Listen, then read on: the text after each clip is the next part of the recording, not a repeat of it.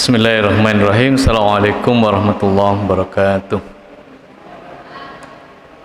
Rabbi shrah li sadri wa yassir li amri wahlul 'uqdatam min lisani yafqahu qawli. Amma ba'du, Bapak Ibu hadirin sekalian, alhamdulillah bersyukur kita dipertemukan oleh Allah di tempat ini. Yang kedua, salawat dan salam mari kita aturkan pada Nabi kita Muhammad sallallahu alaihi wasallam. Bapak Ibu hadirin sekalian, kalau kita mengkaji kitab Bulughul Maram di bab Kitabus Shalah itu ada 17 bab ya. Ada 17 bab dan hari ini insya Allah kita sampai di bab yang 13 yaitu Sholatul Khauf ya, karena kemarin sudah kita tuntaskan bab tentang sholat Jumat. Jadi hari ini akan kita lanjutkan bab yang ke-13 yaitu tentang sholatul khauf ya. Sholat khauf itu adalah sholat dalam keadaan takut. Jadi begitu besarnya, begitu azimnya ya perintah tentang sholat ini sampai ketika kita dalam keadaan takut sekalipun itu masih ada perintah untuk sholat. Nah, tetapi tentu ada cara yang berbeda, ada cara tersendiri bagaimana sholat dalam keadaan seperti saat ini ya, sedang kondisi aman dan juga bagaimana sholat dalam kondisi takut. Nah, ketika kita bicara sholat dalam kondisi takut itu, beberapa hadis yang dimaksud adalah sholat dalam peperangan. Dulu Nabi ketika melakukan peperangan, Nabi dan para sahabat juga tidak pernah meninggalkan sholat. Karena itu Ibnu Hajar al-Asqalani dengan khusus di dalam kitabnya ini menuliskan bab tentang sholatul khauf. Dan hadis-hadis yang akan kita pelajari terkait sholat khauf ini insya Allah ada 7 hadis ya. 7 hadis ini dirasa cukup untuk memahami bagaimana terkait cara tentang sholat khauf itu. Yang pertama hadirin sekalian, Bismillahirrahmanirrahim, an Shalih bin Khawwat. Jadi hari ini kita belajar hadis Shalih bin Khawwat. Amman adalah seseorang shalla ma'a Rasulillahi, seseorang yang pernah mengikuti sholat bersama Nabi dalam keadaan perang, tepatnya Yauma Dzatir Riqa, yaitu perang yang disebut dengan perang Dzatur Riqa ya. Jadi ada seorang sahabat yang ikut perang bersama Nabi. Nah, nama perangnya yaitu Dzatur Riqa. Anna ta'ifatan shallat ma'hu wa ta'ifatun wijahul adu. Bagaimana cara sholatnya dalam keadaan perang itu? Anna ta'ifatan shallat mahu. Jadi ada dibagi 2 kelompok ya. Kelompok yang pertama sholat bersama Nabi. Wa ta'ifatun wijahul adu. Sedangkan kelompok yang lain menghadap musuh. Nah, jadi ini terkait dengan musuh yang berada di posisi berlawanan dengan arah kiblat. Karena nanti juga ada hadis yang terkait bagaimana kalau musuh itu ada di arah yang bersamaan dengan kiblat. Jadi kalau kita bahasa sekarang ini, jadi kalau ini musuh jika berada di arah timur. Nanti juga ada hadis ketika musuh di arah barat. Atau bagaimana cara sholatnya jika musuh di arah kiblat dan bukan arah kiblat. Nah, hadis yang pertama ini terkait dengan musuh yang ada di arah selain kiblat ya. Jadi mungkin utara, selatan ya. Begitu ya, atau timur. Fasalla billadzi ma'ahu raq'atan. Lalu gimana caranya? Nabi sholat bersama kelompok tadi, kelompok yang pertama tadi ya, kelompok yang berbaris bersama Nabi itu 1 rakaat. Tsumma sabata qa'iman wa atammu li anfusihim. Kemudian setelah dapat 1 rakaat, jadi seperti biasa ya, takbir, kemudian ruku', i'tidal, kemudian sujud. Setelah bangkit dari dari sujud, Nabi kan berdiri untuk rakaat kedua, ya. Nabi tetap berdiri saja. Nah, sementara pasukan yang bersama Nabi itu melanjutkan sholatnya, jadi meneruskan yang satu rakaat. Tapi Nabi tetap berdiri. Ya. Setelah kelompok ini selesai sholat, kemudian mereka salam sendiri-sendiri, terus mengganti kelompok yang kedua, yaitu kelompok yang tadi menghadap musuh. Maka kelompok yang menghadap musuh akhirnya sholat bersama Nabi. Nah, ketika sholat bersama Nabi itu kan dapatnya cuma satu rakaat, karena itu kalau Nabi kan dapat 2 rakaat ya. Nabi akhirnya duduk belum salam. Nah, kemudian setelah selesai sujud yang kedua itu kan Nabi kan duduk, tapi ini sahabat ini yang kelompok kedua itu berdiri lagi melanjutkan sholat yang kurang 1 rakaat tadi. Kan Nabi sudah dapat 1 rakaat dengan kelompok yang pertama. Nah, setelah selesai baru Nabi salam bersama-sama dengan kelompok yang kedua ini. Tsumma insarafu fasaffu wijahal adu. Tadi kelompok yang pertama setelah sholat kan langsung menghadap ke mana? Ke musuh ya, menggantikan kelompok yang kedua tadi. Ya, begitu caranya ya. Ini hampir sama dengan hadisnya Ibnu Umar. Jadi hadis yang kedua, wa an Ibni Umar qol, dari Ibnu Umar beliau berkata. Tadi kan dari Khawat ya, sekarang dari Ibnu Umar. Jadi ini mirip dengan hadis yang pertama tadi, tentu dengan matan yang berbeda, matan yang berbeda tapi maksudnya sama. Ghazautu ma'an Nabi. Jadi Ibnu Umar pernah ikut perang bersama Nabi ya. Qibala Najd. Jadi perang di kota yang namanya Najd ya. Fawa zainal aduwa fasafafnahum. Jadi aku berperang bersama Nabi di jalan menuju Najd. Kami menghadapi musuh dan berbaris menghadap mereka.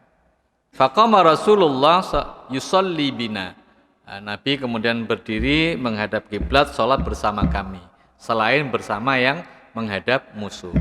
Faqamat ta'ifatum ma'ahu wa aqbalat ta'ifatun 'alal adu. Maka pasukan itu dibagi 2 kelompok atau 2 golongan. Golongan yang sholat bersama Nabi dan kemudian golongan yang menghadap ke musuh. Ini kalau musuh tidak di arah kiblat. Jadi mungkin selatan, utara atau timur. Jadi yang lain menghadap kiblat, satunya menghadap ke musuh. Nah. Wa raka'a bimam ma'ahu wa sajada sajdatain. Jadi Nabi tetap sholat 1 rakaat sampai di ujungnya yaitu sujud ya.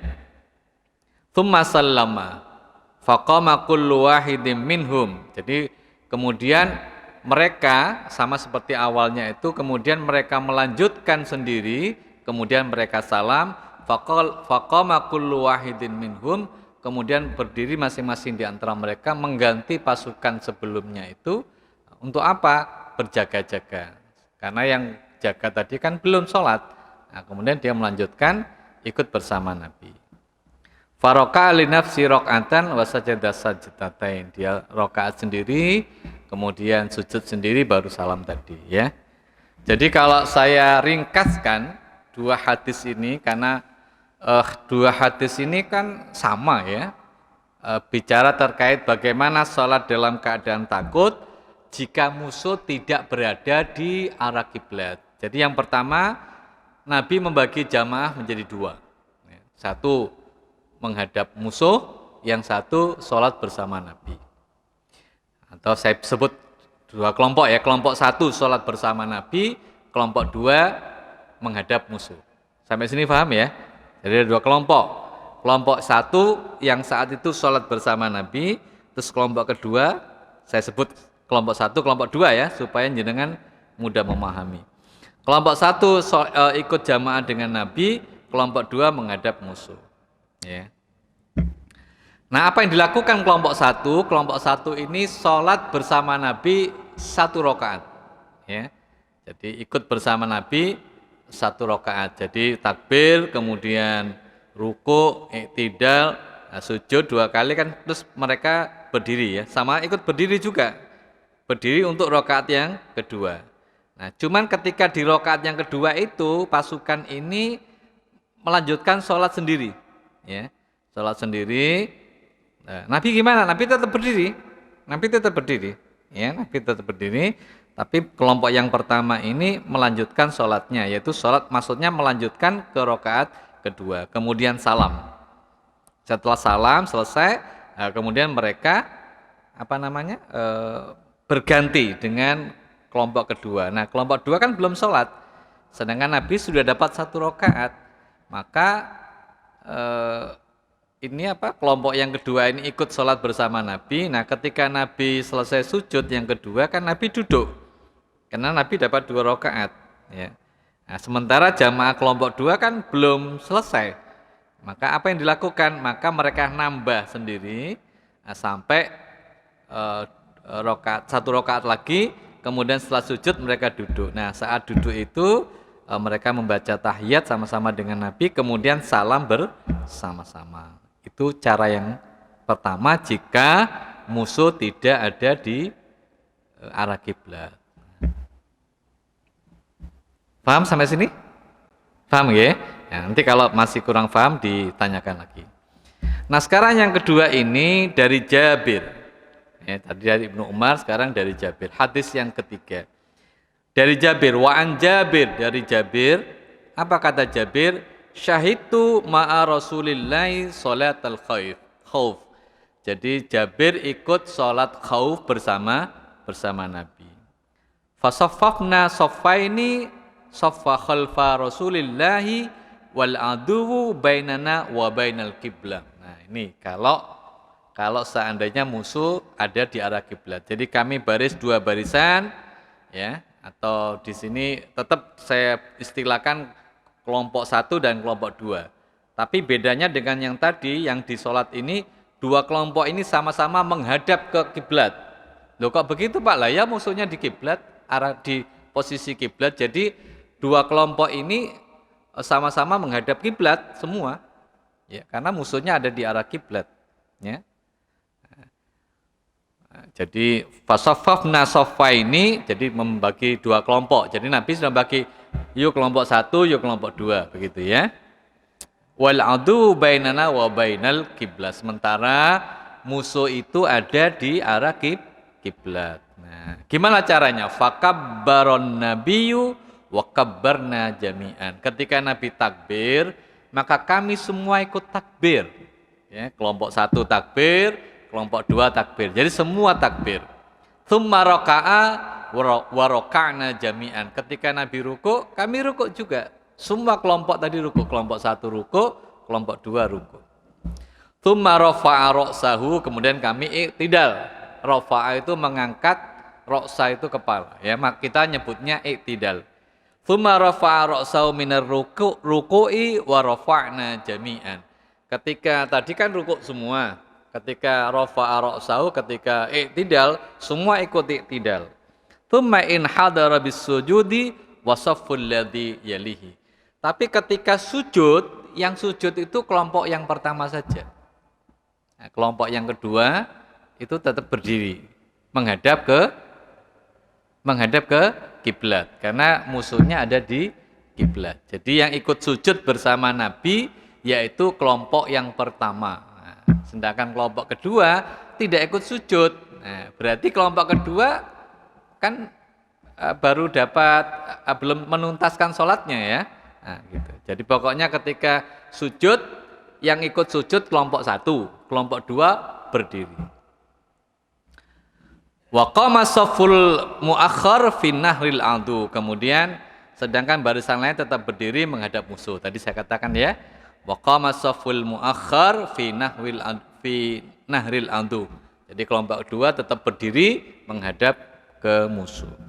Falamma qada sujud qama safful ladzi yalihi. Setelah selesai sujud kan berdiri. Kelompok 1 kan berdiri bersama Nabi, ya kan? Nah, maka kelompok yang kedua apa yang terjadi? Kelompok kedua yang sujud begitu ya? Sujud karena tadi kan belum sujud yang kelompok 2. Nah, sujud, setelah sujud kan berdiri. Nah setelah berdiri itu hadirin sekalian, kelompok kedua ini maju ke depan. Nah, maju ke depan, yang kelompok satu tadi mundur. Nah, kemudian mengikuti sama seperti tadi. Nah, kelompok dua kan jadi sekarang berubah menjadi kelompok satu. Kelompok satu berubah jadi kelompok dua. Nah, kemudian kelompok dua ikut sholat bersama Nabi sama. Ketika ruku ya ruku, ketika i'tidal ya i'tidal. Tapi ketika sujud, yang ikut sujud kelompok dua. Kelompok satu tetap berdiri. Untuk apa? Ya jaga-jaga. Ya. Nah, setelah selesai sujud, kan duduk mereka kelompok dua tadi. Maka kelompok satu akhirnya sujud. Ya, melanjutkan. Sujud. Setelah selesai, sama-sama tahiyat akhir, baru Nabi dan para sahabat salam bersama-sama. Ya. Bisa bedakan ya? Jadi cara kalau ada musuh di depan kita dan cara kalau ada musuh membelakangi kita. Nah, jadi saya ulang kembali, jadi imam melaksanakan sholat 2 rakaat bersama 2 kelompok. Jadi dibagi 2. Nah, kelompok pertama mengikuti imam sampai kapan? Sampai sujud. Ya. Sampai masuk ke rakaat yang kedua. Nah, tapi berikutnya kelompok 2 yang baru melakukan sujud, ya. Begitu seterusnya seperti yang saya katakan tadi. Nah, kemudian tadi kan saya bilang setelah kelompok 2 selesai sujud, kemudian mereka berganti, ketika berdiri kan sama-sama berdiri, maka kelompok 2 maju, kelompok 1 mundur. Nah, di rakaat kedua sekarang yang ngikutin Nabi siapa? Kelompok kedua sampai selesai sujud, ya. Nah, duduk. Nah, kemudian kelompok yang tadi kelompok 1 kan sekarang ada di belakang, kemudian dia melanjutkan sholatnya. Nah, kemudian tadi saya katakan setelah selesai maka salamnya bersama-sama. Oke. Gimana Bapak Ibu? Paham? Bedanya musuh, cara sholat khauf ketika musuh ada di depan kita dan musuh ada di belakang kita atau di samping kita. Nah, itu cara yang diajarkan sama Nabi. Nah, sekarang cara yang ketiga. Cara yang ketiga ini memang beda dengan cara 1 dan 2, ya. Walin Nasa'i min wajhin akhar an Jabir. Hadisnya dari Jabir, tapi mudawwinnya adalah Nasa'i dari jalan yang berbeda. Jadi ini rawinya lain, ya. Jadi sanadnya berbeda. Memang rawi awalnya adalah Jabir, tapi susunan rawi-rawi yang lainnya berbeda. Tapi masih dari Jabir, ya. Annan Nabiyya shalla bi ta'ifatin min ashabihi raq'ataini tsumma sallama. Nabi sholat bersama satu kelompok sahabat 2 rakaat, kemudian beliau salam. Tsumma shalla bi akharina aidan raq'ataini tsumma sallama. Kemudian setelah selesai sholat itu, ya, terus Nabi sholat lagi 2 rakaat lagi dengan kelompok yang lain. Ulang kembali ya. Jadi Nabi sholatnya 2 kali. Sholat pertama dengan kelompok 1 misalnya, ya, kelompok 1, yang kelompok 2 kan menghadap musuh. Setelah selesai, kemudian ini kan, jadi sholatnya ini sudah tuntas 2 rakaat. Kemudian para jamaah kelompok 1 ini berganti menjaga musuh. Nah, kelompok kedua yang belum sholat sekarang sholat lagi dan Nabi mengulangi lagi dari awal sholatnya, ya. Jadi Nabi sholat dua kali. Wa misluhu li Abi Dawud. Nabi Abu Dawud juga meriwayatkan yang sama, ya. Tapi ya kalau ada Abu Dawud dari hadisnya dari Abi Bakar. Kalau Nasai tadi dari Jabir, ya. Jadi cara yang ketiga ini Bapak Ibu hadirin sekalian, cara sholat khaufnya Nabi sholatnya 2 kali. Jadi Nabi sholat pertama dengan kelompok 1 penuh 2 rakaat, ya. Setelah itu Nabi sholat lagi yang kedua dengan kelompok kedua, sholat yang sama.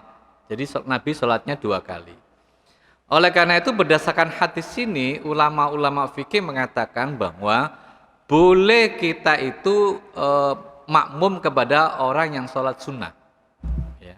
Jadi misalnya kita tidak tahu ini sholat, ada orang sholat ba'diyah gitu, ya, ba'diyah misalnya maghrib atau isya lah, mungkin isya yang lebih ekstrim, isya Begitu jamaah masuk, kan kita orang itu tidak tahu ini sholat isya atau ba'diyah isya. Ya.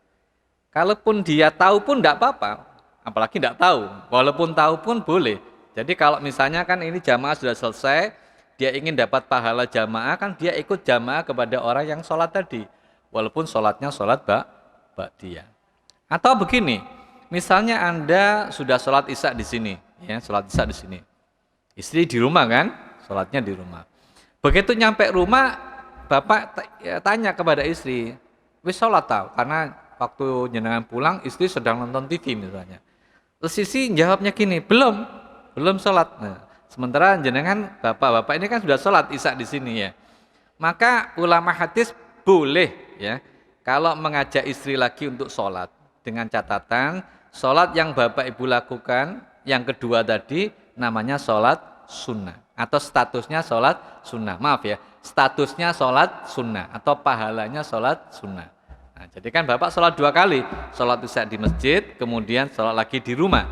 Karena mengajak istri supaya istri bisa sholat jamaah. Nah, jadi ulama fikih menghukumi sholat yang kedua itu sebagai sholat sunnah. Nah, jadi itu hukumnya. Terus bagaimana orang yang tadi ikut dengan orang yang sholat sunnah? Kalau dia memang ada kurang sholatnya, maka tinggal ditambahi saja. Misalnya ada orang sholat sunnah kan dia kan 2 rakaat. Nah, kemudian ada orang mau sholat isya.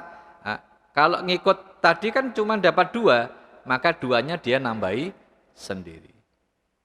Itu sama dengan sholat musafir. Kalau ada orang sholat musafir, kemudian Anda yang mukim ikut jamaah dengan musafir boleh. Nah, tinggal nanti kurangnya ditambahi. Ya. Itu ulama hadis punya kesepakatan seperti itu. Nah, jadi ini beda. Yang ketiga itu sholatnya sempurna 2, tapi Nabi sholatnya 2 kali. Ini sekarang yang berbeda lagi. Wa'an Khudaifah, dari Khudaifah. Ya. Anna Nabiyya sallallahu alaihi wasallam salatal khauf bihaula'i raq'atan. Nah, ini beda lagi.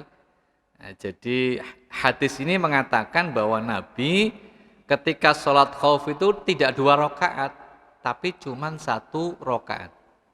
Jadi ini akhirnya memunculkan pendapat, ada yang mengatakan bahwa sholat khauf itu cuma 1 rakaat, bukan 2 rakaat. Ya. Tapi hadis yang umum memang 2 rakaat, ya. Wa bihaula'i raq'atan wa lam yaqdu. Jadi Nabi salat dengan satu kelompok 1 rakaat, dengan kelompok yang lain 1 rakaat. Wa lam yaqdu, ya. Dan mereka tidak mengqadha karena dianggap sempurna 1 rakaat dalam keadaan takut. Jadi salat tam itu dalam keadaan aman 4 rakaat, dalam bepergian 2 rakaat, dan ketika takut 1 rakaat. Rawahu Ahmad wa Abu Dawud wa Nasa'i wa sahhahahu Ibnu Hibban, ya.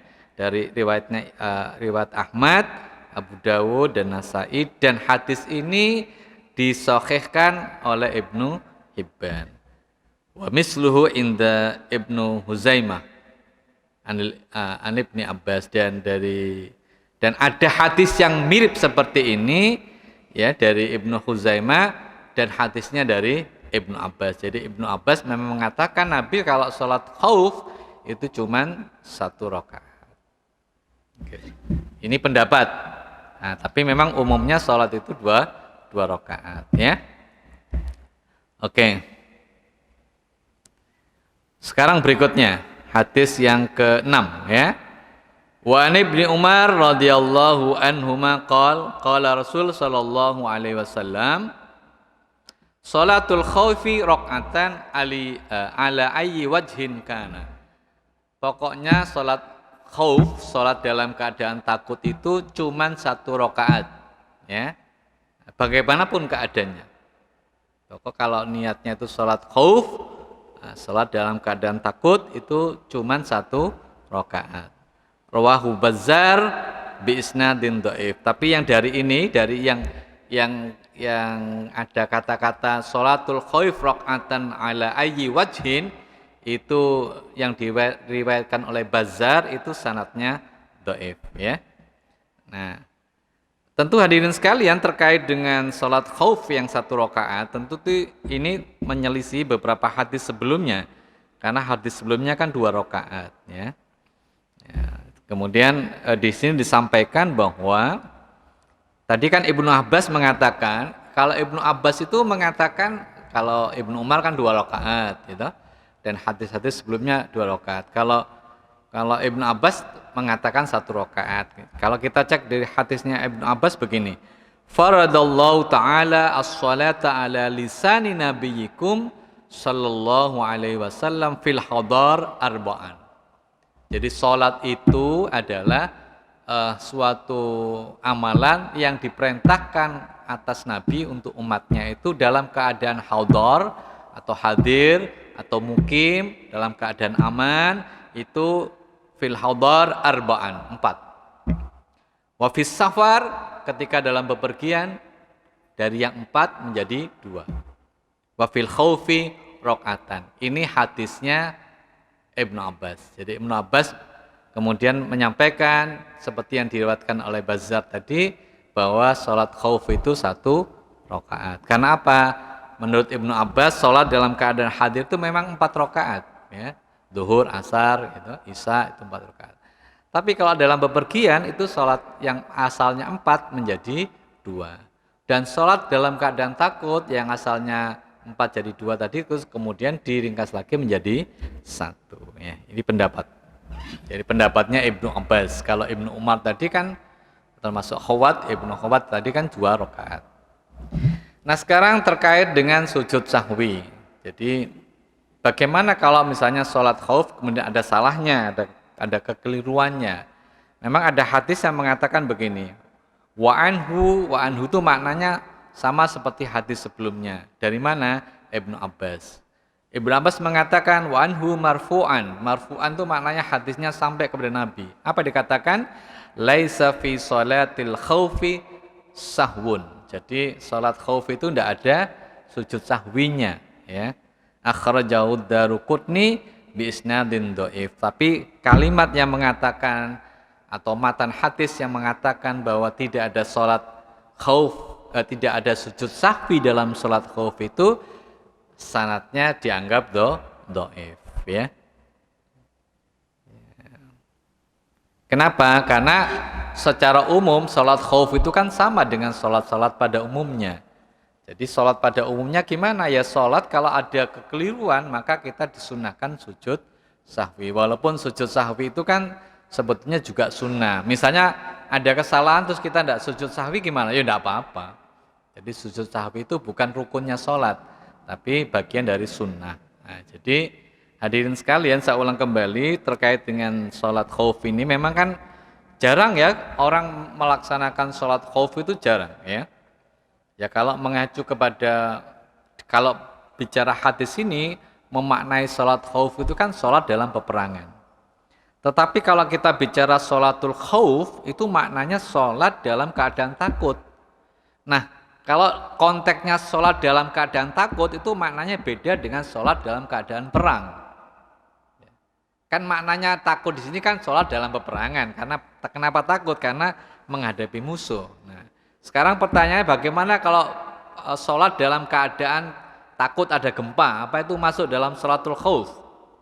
Misalnya akan ada gempa, ada apalagi yang kira-kira menyebabkan orang itu takut dan sebagainya.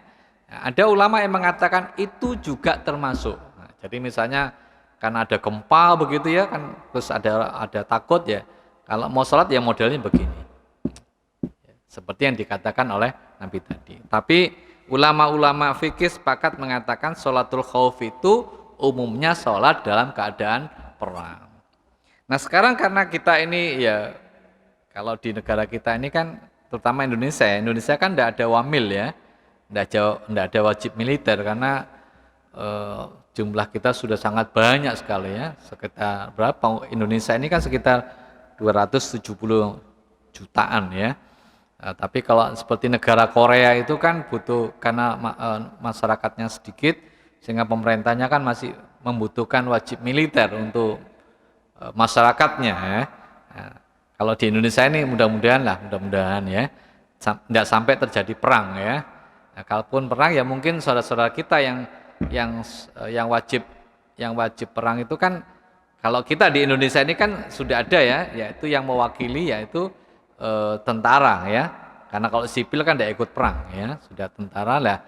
Mestinya saya ini nyampaikan sholat khauf itu mestinya di mana ya, di tentara-tentara itu yang peluang besar ya, peluang besar untuk suatu ketika jika terjadi perang, terus mereka tahu caranya.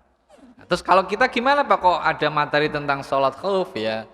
Ini kan sebagai pengetahuan Pak, setidaknya kita tahu lah, oh ternyata dalam Islam itu ada kok cara sholat dalam keadaan perang. Begitu.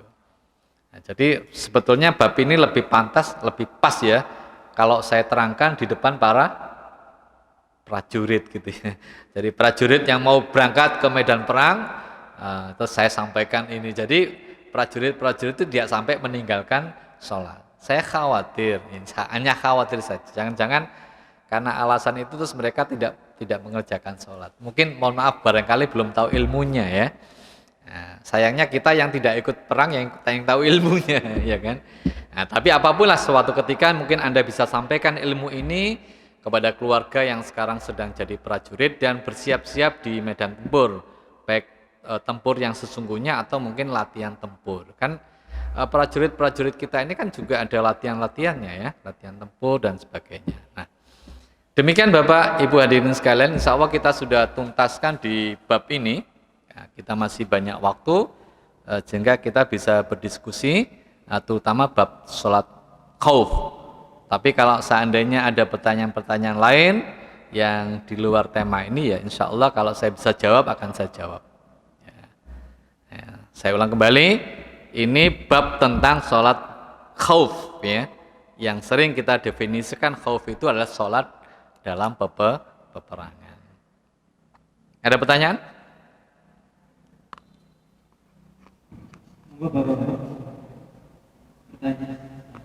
Atau sholat mungkin karena khauf barangkali terlalu sempit permasalahannya, mungkin bisa dikembangkan ke sholat yang lain. Oke, monggo. Pak.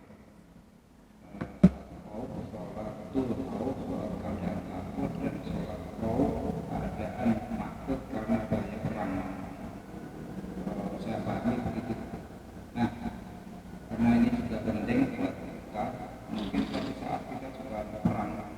Nah, pertanyaan saya, gimana kalau perang saudara? Padahal juga perang, seperti sekarang ini. Menyerang itu kan perlu waspadai. Kedua, mungkin ini paham saya adalah perang-perang yang antara manusia sama manusia dan peralatan yang ada di daratan. Nah, sedangkan kalau model perang laut itu kan ada di dalam kapal, baik atas air maupun di bawah air. Nah, bentuknya kayak belum tahu. Betul. Nah ini yang perlu mungkin dicari dan yang ketiga memang ini juga diajarkan di dalam prajurit bagaimana menghadapi secara umum Pak Ustaz katakan tadi, yaitu untuk menjaga satu rakaat tadi berdiri, satu rakaat tadi sujud, tidak waspada, pada gantian, yang demikian ya. Nah, itulah mungkin yang saya pahami, namun tadi pengembangannya adalah bagaimana kalau formasi itu ada di perang laut. Oke. Jadi arahnya kan jelas. Kita deteksi itu. Betul. Assalamualaikum warahmatullahi wabarakatuh. Waalaikumsalam warahmatullahi wabarakatuh. Yang pertama tentang perang saudara ya. Yang dimaksud di sini adalah bukan perang saudara, tapi sholatnya di saat perang. Nah, sebetulnya kan perang saudara itu ya gimana ya? Ada juga ya perang saudara itu. Mestinya kan perang melawan musuh, masalahnya musuhnya saudara, ini kan jadi masalah ya. Nah, mestinya perang itu ya lawan musuh gitu ya. Lah kalau Nabi dalam hal ini perangnya tentu lawan orang-orang yang memusuhi kita. Oke. Pengembangan soal bagus memang diterangkan di sini adalah perang yang versi darat ya. Karena di zaman Nabi tidak ada laut apalagi udara. Pertanyaannya, terus gimana Pak kalau musuhnya itu saya buat yang ekstrim, di darat, di laut, di udara, Pak. Ya, kalau di udara maka cara modifikasi ini maka tentu karena kita tidak tahu di mana arah musuhnya ya. Kalau di udara tuh dari mana? Oh, bisa dari utara, bisa dari selatan, bisa dari mana-mana. Maka caranya dicari dari model cara yang 3 cara ini, cara yang paling pas begitu. Kan kita akhirnya tidak tahu. Ini cara yang mana nih? Cara yang paling mudah. Ya. Cara yang paling mudah gimana? Cari cara yang paling simple. Tapi kan begini Bapak Ibu hadirin sekalian, ini kan sebetulnya cara apa ya? Cara berhati-hati sebetulnya maknanya ya, cara berhati-hati bagaimana kita ini menghadapi musuh tanpa meninggalkan kewajiban. Sebetulnya itu intinya. Intinya itu. Nah, jadi ini maknanya betapa kuatnya perintah tentang sholat, sehingga dalam keadaan perang sekalipun juga tidak boleh ditinggalkan. Nah, saya ulang kembali, bagaimana kalau musuhnya di udara Pak, kan itu gimana arahnya, itu kan ya repot. Maka gunakan sholat yang paling mungkin untuk dilakukan ya. Jadi gimana caranya ya, mungkin sholatnya bisa bergantian dan sebagainya. Yang penting di sini menunjukkan sholatnya itu bahwa tidak boleh ditinggalkan. Karena begini Bapak Ibu hadirin sekalian, ini terkait dengan qadha ya. Kalau memang ada dua pendapat tentang qadha'us shalah. Pertanyaannya begini ya, Pak, apakah ada qadha' sholat? Kalau saya berpendapat tidak ada. Kalau Anda berpendapat ada, ya monggo silakan. Cuman kalau Anda berpendapat ada, itu saya ajari caranya, gimana ngodok sholatnya. Itu kok rasanya ya abot, berat ya. Tapi kalau Anda berkeyakinan begitu, maka konsekuensinya Anda harus jalankan. Contoh begini ya, ini contoh. Kalau yang berpendapat tidak ada qadha kan selesai, nggak ada qadha ya kan. Kalau nggak ada qadha ya sudah. Gimana Pak, saya ini baru sholat kira-kira umur 20 tahun Pak. Terus gimana? Kan balik itu kan start awal dinilai pahala dan dosa seseorang ya kan. Anda anggap aja umur 12 ke 20, 8 tahun. Jadi selama 8 tahun dia tidak sholat. Terus gimana Pak? Karena saya berpendapat tidak ada qadha, maka saya istighfar kepada Allah, mohon ampun kepada Allah atas apa yang telah saya tinggalkan selama 8 tahun itu ya. Karena tidak sholat selama 8 tahun kan. Ya sudah. Tapi bagi bapak atau ibu yang berpendapat ada qadha dalam sholat, maka tinggal menghitung. Caranya begini. Ini kalau Anda berpendapat ada qadha ya dalam sholat. Misalnya saya buat contoh sederhana tadi. Anda balik umur 12, tapi baru sholat umur 20. Berarti Anda tidak sholat berapa tahun? 8 tahun ya kan? Oke, selama 8 tahun Anda meninggalkan sholat. Nah, jadi Anda baru sholat umur 20. 8 tahun itu kalau dihitung, kira-kira berapa jumlah sholat yang Anda tinggalkan? Ya tinggal ngitung. Kalau sehari 5, berarti 5, maksudnya 5 waktu ya, 5. Kalau sebulan berapa? 30 kan? Jadi 5 kali 30. 1 seket. 1 seket ping 8 ya kan? Nah, sekian sholat itu nanti. Nah, terus berarti Anda harus mengejar 150 kali 8 tadi. Berapa? 150 kali 8? Oh, kali 12 ya, sorry. Oh iya, malah kali 12. Sorry. 5 kali 30. Ini 1 bulan, Pak. 1 bulan. Terus wis rolas. Oh, kali rolas ya. Setahunnya ya. Nah, kalau sekali 8. Nah, itu kali ngitung berapa sholat yang Anda tinggalkan. Oke, karena Anda wis terlanjur ngomong ada qadha dalam sholat, maka ya Anda harus kerjakan. Caranya gimana? Itu kalau misalnya tadi sholat maghrib ya kan 1 kali ya. Maka selama 8 tahun itu berarti berapa kali yang Anda tinggalkan. Maka Anda tinggal mau ngangsur, istilahnya ngangsur ya. Ngangsur maghribnya berapa? Hari ini saya ngangsur 3, maka Anda sholat maghrib yang tadi 1 salam selesai, terus sholat lagi maghrib ping telu. Misalnya begitu. Tinggal Anda mau mainkan sampai berapa tahun, begitu. Ya kesel ya, ya memang kesel. Kalau Anda berkeyakinan ada qadha dalam sholat. Nah, iku nek 8 tahun, nek misalnya 30 tahun, waduh, nak sholatnya gak mari-mari. Karena itu ya saya bukan memilih yang enak, bukan, tapi memilih pendapat. Memang ada pendapat yang mengatakan tidak ada. Yang ada qadhanya itu hanya puasa. Kalau puasa memang ada qadhanya, ya. Kalau Anda puasa misalnya Ramadan, terus setelah itu maaf ya karena ada sesuatu, tapi ini yang syar'i loh ya. Syar'i misalnya sakit, ya. Kan Anda boleh tidak puasa, tapi Anda harus mengqadha ketika sudah sembuh. Gitu. Memang hadirin sekalian, kalau kita bicara ibadah itu hanya fikih, saya ulang kembali ya, hanya fikih, itu kadang-kadang memang bisa diakali. Ya. Tapi kan bukan itu niat ibadah kita. Contoh saya ingin tanya sekarang. Bagaimana caranya Anda puasa Ramadan tapi boleh berhubungan badan dengan istri tanpa ada kafarat? Saya ulang kembali ya. Ramadan itu kan puasa, wajib toh? Kan tidak boleh hubungan sama istri. Kalau hubungan sama istri kan di samping batal sholatnya kan ada kafarat, ada dendanya, ya kan? Sekarang saya tanya, sebelum nanti saya beri caranya, saya tanya, mungkin apa tidak di bulan Ramadan seseorang itu boleh berhubungan badan dengan istrinya dan tidak ada kafaratnya? Mungkin apa tidak? Mungkin apa tidak? Mungkin. Ya apa caranya? Loh, mokel kan berarti jenengan batal kan, nggak boleh. Ya apa caranya? Ya apa caranya bulan Ramadan ini, terutama sing maaf ya, sing baru menikah ya dapat sabulan gitu kan, ngempet saulan ya awan-awan nggak kuat. Ya, caranya gampang. Gimana caranya? Anda musafir saja. Lihat apa enggak?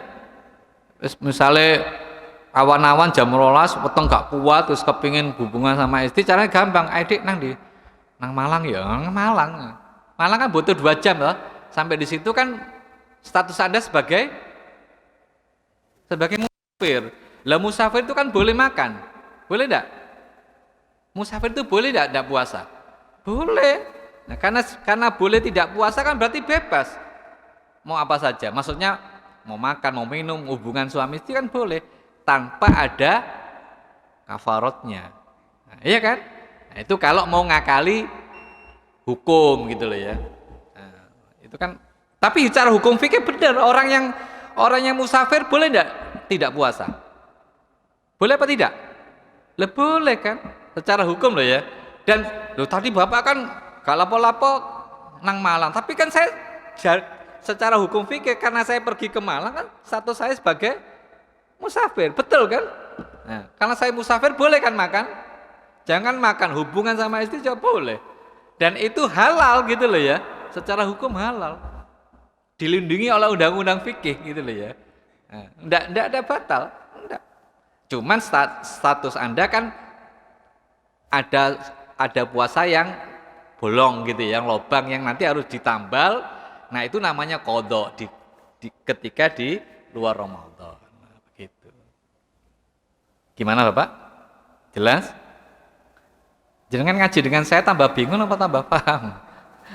Mudah-mudahan tambah paham ya. Oke. Sebelum saya sudahi, ada lagi pertanyaan? Cukup? Oke, cukup. Terima kasih. Insya Allah bulan depan kita masuk di bab berikutnya, yaitu bab 14 tentang sholat Idul Fitri. Ya, mudah-mudahan nyampe umur kita di bulan depan. Terima kasih. Assalamualaikum warahmatullahi wabarakatuh.